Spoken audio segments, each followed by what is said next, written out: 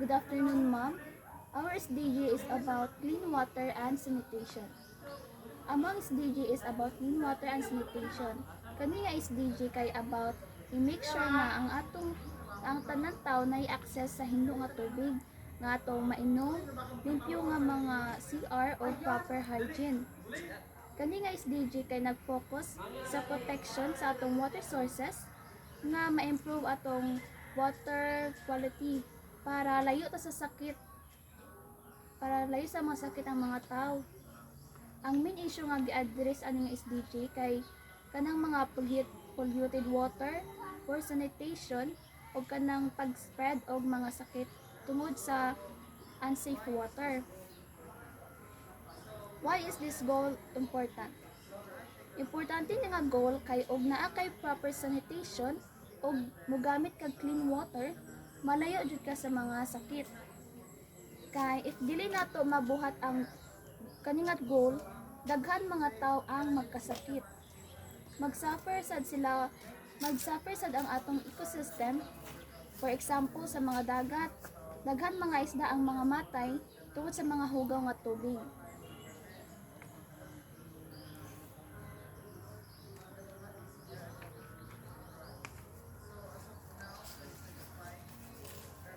Ang global status kay sa report sa United States pag 2023, around 2.2 billion ang wala pa gihapoy access sa clean water ug around 3.5 billion ang naay lack of sanitation. Kaning mga Bangladesh, Rwanda, and Vietnam mo ang mga countries nga na-improve na bitaw ilang water, especially sa mga rural areas.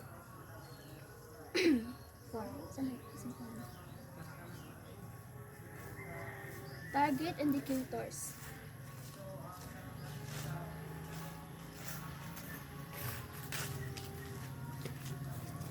So ang key targets ani kay maka-access bitaw kitang tanan sa safe ug affordable nga drinking water by 2030.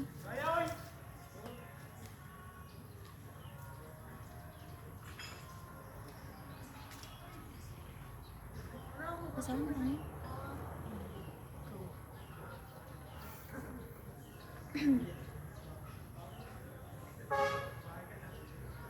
Apil usab ang pagpaayos sa kalidad sa tubig, pinaagi sa pagpakunhod sa polusyon, nga gisukod sa untreated wastewater o kalimpyo sa mga katubigan. Gamiton ang mga global survey o report sa matag nasud aron bantayan ang kalambuan. Projects or solutions. Daghan mga organization o community ang naningkamot para makabot ang clean water and sanitation. Pareha sa water organization, nagtabang og hatag og luwas nga tubig bitaw og CR pinaagi sa barato nga pamaagi sa India, Pilipinas ug Kenya.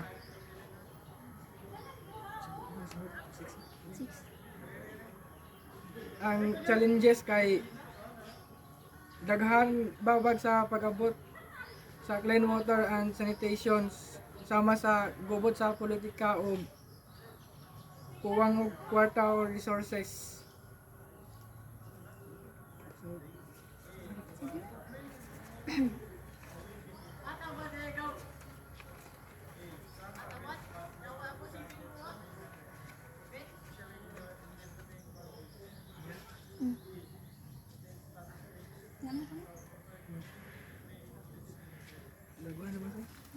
Ang mga tao o komunidad makapamino sa pagkawat sa tubig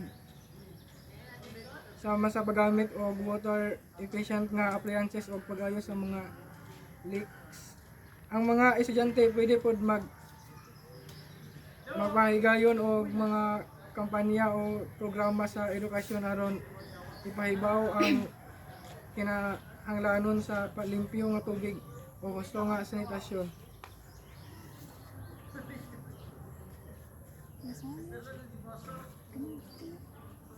What can we do? We can support the goal of clean water and sanitation by conserving water in our daily lives. Supporting organizations that work on clean water projects and spreading awareness about the importance of safe water and hygiene.